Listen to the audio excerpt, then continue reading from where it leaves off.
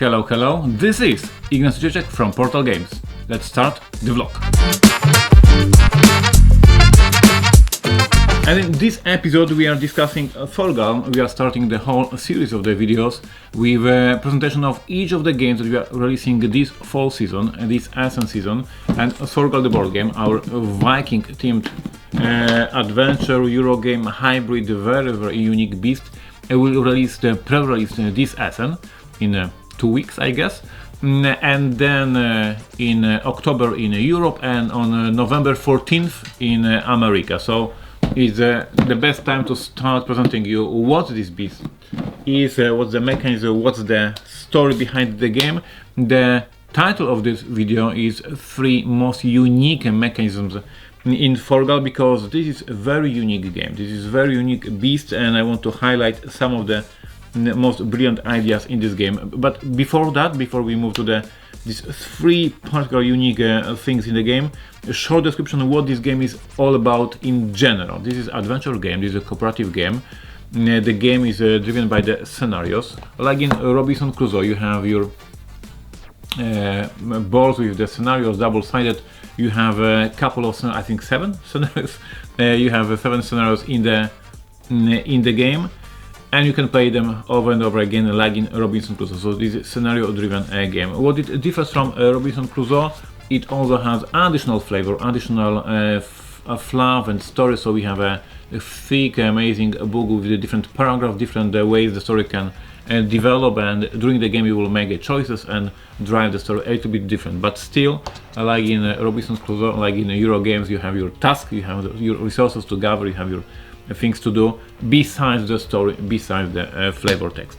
Like in Robinson Crusoe, you will have your character. Each of you has a different each of you has a different character. With these characters we have much more complex situation, like in other games. So you have your health point track, very unique. I will talk about this later in this video. You have your development, your experience points track for how you explore the terrain and the land of this Viking land, and you also have how you develop your skills in combat. So you have 2 different tracks to develop your character to become better and better and better. And as I said, you have your health track, but very unique, very different from other games. You have 4 different characters. You will have 4 different miniatures for each of them. So this is like in most adventure games. You will also have your abilities for your characters, like in many other games. Nothing to discuss here in the video about the 3 most unique pieces of the game. So items, obviously we have a ton of items in the game, like in every adventure game. We have events. These events are inspired by the brilliant, the one and only, one of the best card games on the market, Arkham Horror LCG. I love it. I have everything that was published. I played it a ton. So here, when we create the event deck for each particular scenario will tell us which type of cards we have to use, like in Arkham Horror. So you will have events that are dedicated to combat. You have events dedicated to sea. You have events dedicated to your camp. You have events dedicated to magic, etc, etc. And from these different decks you will create the event deck for this particular scenario, making it more flavor, matching the story of this particular scenario. So this is not unique. We were inspired by the Arkham Horror LCG. We have a deck of enemies, a deck of people we are fighting against, and this is the first moment we discuss, and the first time we discuss uniqueness. So now I can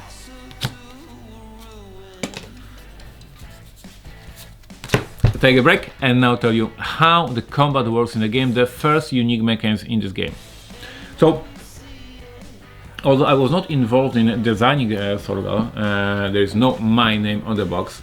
Now, of course, as the chief of the development team, I was telling my team what we want to achieve with this game, in which direction we want to go, and I was, of course, in the constant talk with them about the direction of the development. And one of the crucial points for me in this adventure game was the combat, and by combat I mean I hate when the combat in games is dragging from minutes and minutes and 10 minutes and 15 minutes, and you roll the die, you may get 2 hit points, and then he rolls a die and he makes you 3 hit points, and then you roll another die and you make 2 hit points, and it drags and drags and drags. Those of you who play role-playing games know the terrible terrible systems in combat may make the whole game session suddenly stop for a half an hour, and you're just rolling dice, adding these hit points, and it's boring and not emotional whatsoever. So I said to my team, whatever you will come up with, I don't care. I want in a combat 1 dice roll. You roll dice once, and the whole combat must be resolved.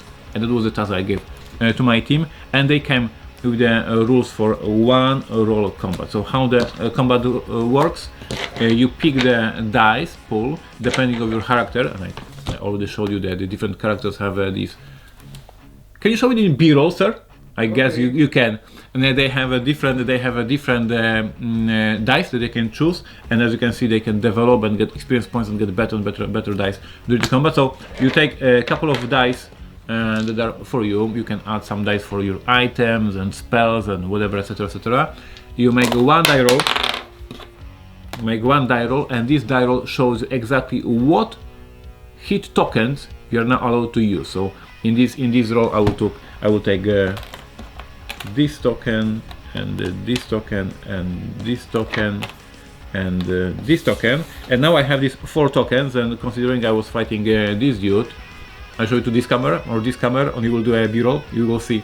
This is the enemy that I need to fight, and now I need to put these tokens on the spaces to wound him, to kill him, and at the same time maybe I'll get some additional experience point, maybe I'll loot him, maybe I will get hit if I don't cover some of the icons on the card. So 1 die roll, I get a couple of tokens, and I have my small puzzle that represents the combat that takes few seconds of fighting the enemy, and I can get hit, I can kill him, I can get to loot, I can get some additional powers or additional experience points. Everything can happen in this fight, but it's just 1 roll, couple of tokens, and now strategically put them on the card. It's brilliant, it's unique, not seen in any other game that is completely developed by our team. I'm very proud of that. This is a little small puzzle that you solve in a couple of seconds after 1 roll, and you make strategic decision. Maybe you want to kill the dude and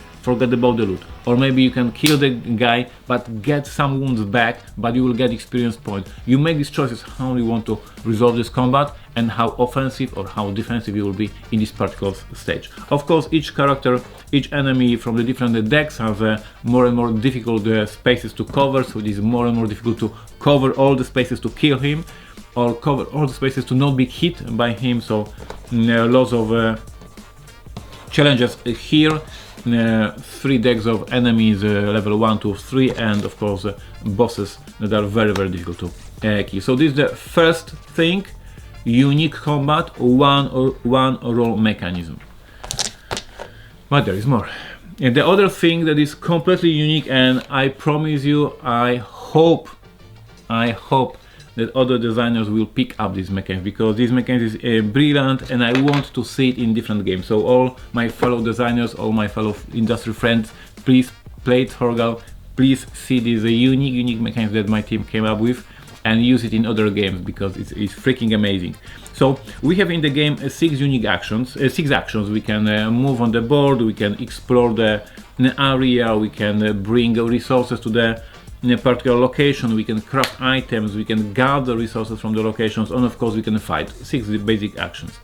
And in the game, depending on how many players are playing, let's say we are playing a 2-player character, each of us will have 2 action pawns. These are, by the way, amazing poker chips, and you just put these tokens below the action that you want to do, and you resolve this action. Where is the trick? The trick is that most of this action, basically every of these actions, has the rule that the strength of this action is the strength of the number of tokens that are on the left of this whole track. And now, if you can see in these B-rolls, all these actions are put in the row. And if I put now gather the resources, I would gather 1 resource, as this icon shows, plus 1 resource for each token on the left. So here in this situation, I would draw 1 resource and 1 because there's 1 on the left. If I play first, gather resources, I will gather only one resource. And now, my dear gamers, you see the possibilities. Now you see all the strategic choices when players are discussing, because it's a cooperative game, not only what actions they want to do in this round. Hey, we need to grab the wood. Hey, we need to find these orcs. Hey, we need to do explore this area. Not only what we want to do in this round, but in what order. Hey, first you move on the board and put your token here, because then I will gather and I will get additional one, because your token is on the left of my token. Lots of decisions, lots of planning, and as I said in the very first minutes of this video, this is adventure game, but this is Euro game. There's a lot of thinking, there's a lot of planning, there's a lot of very careful discussing every action in every round. And if I can compare this game with something, I need to compare it with the one and only, the Majesty Mage Knight from Vlada Chvátil, adventure game with the strong Euro game vibe, and it's the same beast. You have your flavor book, you have your adventure, you have different 7 different scenarios, but in its heart you have to think very carefully. This is not just roll the die, kill the orc and have fun. No. This is think, plan your actions, be super efficient, use this brilliant mechanism in which order use the actions, and then hope for the win. This mechanism on this basic is brilliant already, but of course there is more. During adventures, during your stories, during the progress of the scenario, you will be able to get in different situations new cards for the actions, and these new cards will change not only how the action works, but will change also the order. So I will show you for instance, we meet a merchant, and the merchant tells us that he can help us. The merchant can help us with his caravan, and now it will be easier for us to deliver goods to different locations, and the game gives us a new card with this delivery action. And these cards are put in the order. So this card that we had on the board has a number 10, which means that it is in this part of the row. This card has a number 13, so we remove this action number 10. This has number 12, so we move it here, and we put the now delivery here. And as you can see now, being you as a gamer, you can see that it changes the order of the cards on the board. It changes not only how the action works, because it has a slightly different rule, but it changes the power of all the different actions, because we change the order. So without further ado, because it's pretty complex, I hope you get it. This action system is super unique. It demands from you being focused, perfect planning, and lots of discussions in each round. And the third part of the game, how the game is unique. The game uses the Atlas of Adventure, and the Atlas of Adventure is, in my opinion, one of the most unique mechanisms in the industry for the past few years. We see it, of course, in Gloomhaven. We see it, of course, in the Forgotten Waters from Flight Hut Games. Amazing game. I strongly recommend to check it out. We see it in a new game from Eric Lang, Mass Effect. We see it in a new game from Korey Konieczka, Mandalorian. All the big names, all the big designers discover that, oh my god, this is brilliant. It gives us so much more power in terms of the designing new games. And of course our development team saw this as well, and we decided to go with the circle with this Atlas of Adventures.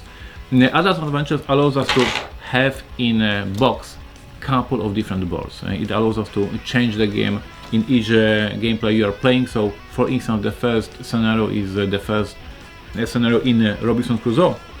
If you play Robinson Crusoe, if I may, you would get just rules for the new scenario, and you will be playing on the same board. With Atlas of Adventures, you not only get the new rules for the new scenario, but you get a new board. And in this first scenario, we are captives, we are prisoners, we are in a mine, and we need to escape and defeat the very nasty and mean lord of this area. But in the other scenario, we get another set of the rules, and now we are fighting pirates in the seas, and we are building ships, and we are making sea battles, and it's completely different because of the new rules on the sheet, but also with a completely different layout and the rules of the scenario. And then the next scenario, and bam, now our ship crashed on the or flying ship crashed on the mountain, and we need to repair it, we need to find resources, we need to fix it, we need to escape from this area. And there is more and more and more, and each of the scenarios is completely new story, completely new gameplay, completely new way of approaching this brilliant mechanism. Atos Adventures gives designers new design space, opens the space for the infinite possibilities. It tells them you have one page of the rules to make it special rules, but it gives you also a brand new board. It's like having in the box 7 different boards to play the game. I love this. I applaud the designers who came up with these atlases. First, of course, Gloomhaven, of course, Forgotten Waters, and I'm very happy to be with my friends, industry friends, as I said, Mass Effect, Mandalorian, Thorgal, all these new games that are facilitating this brilliant idea and using this new design space we were given from this idea. So 3 unique things in a Thorgal. One die fight. You just roll once and you have the whole fight resolved. We have a super unique action system that demands from you not only choosing which actions we want to do in this round, but in which order, because it matters a lot. It gives different strength to different actions in each round. Each action has a different power depending how you put your tokens. It is freaking brilliant. And then Atlas Adventures, each game will be completely different because each time you play on a completely different board. Of course there is more, but for seeing that more, just browse the internet. There's a lot of videos already on the internet with the actual gameplay of the game on our YouTube channel, and of course with the presentation from different reviewers and YouTubers. So check out the more from the people who speak native English, not like me. Thank you for watching today. I talk to you next week. Next week we will discuss another SN release, and for that, Thorgal is on pre-order right now. You can grab it if you want it at SN with the option of pickup at SN. We will ship it to you if you prefer. We ship the most, not all, but most of the copies to our backers. So many of you already have Thorgal at home and already opened the box and are ready to play. I wish you amazing time. Thank you for supporting us. Thank you for supporting this project. I hope you will have a blast with this game and share your thoughts about the game. I hope you enjoy it, and I hope you will help us spread the word about this unique adventure game. Talk to you next week. Thank you. Bye bye.